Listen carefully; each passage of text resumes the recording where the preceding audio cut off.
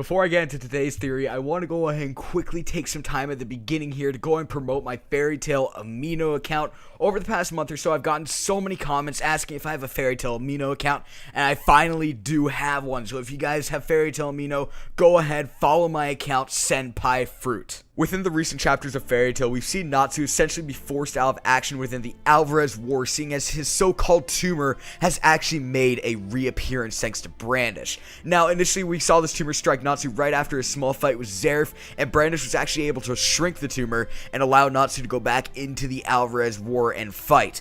But with the recent chapters of Fairy Tail and what's been taking place within them, I, along with a lot of people, are beginning to question if this so-called tumor is actually a tumor. Now, one of the things that was actually presented to us within the last chapter of Fairy Tail was the fact that poor Loshia actually misdiagnosed Natsu's tumor, and that the so-called tumor was an anti-ether nano. Now, this has caused a lot of people to question what Natsu's so-called tumor actually is. Now, personally, I do believe that's Hero's way of, I guess, building up to the inevitable revelation of E.N.D, and that the tumor actually, in a way, represents E.N.D. Let's go and take a quick look at Natsu's encounter with Zeref. Now, this so-called tumor had never really made any appearance whatsoever within Natsu's life prior to this fight.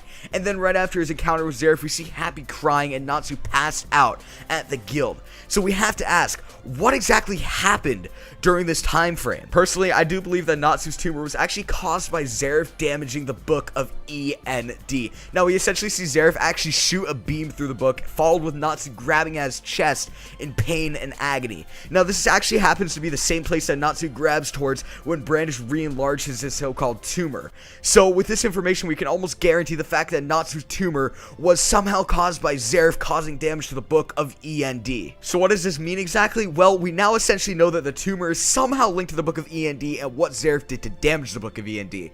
Now with this, I'm actually questioning if it's possible that Zeref put into action Natsu's inevitable E.N.D. transformation through damaging the book of E.N.D. It's almost obvious that the tumor is somehow related to E.N.D., especially with poor Loshia misdiagnosing the tumor and even making a comment about it being anti-ether nano. Now, I have an idea as to what could have taken place when Zeref actually caused damage to the book of E.N.D. Now, we're all aware of the fact that the book of E.N.D. has a seal on it, and considering the fact that Zeref actually created the book of E.N.D. and essentially created Natsu, it would make sense that he'd be knowledgeable when it comes to releasing the seal and essentially releasing E.N.D. So I believe that in this moment, Zeref actually saw his opportunity to release E.N.D. and have E.N.D. actually take him out for good. So Zeref could have actually shot the book and broken the seal to E.N.D.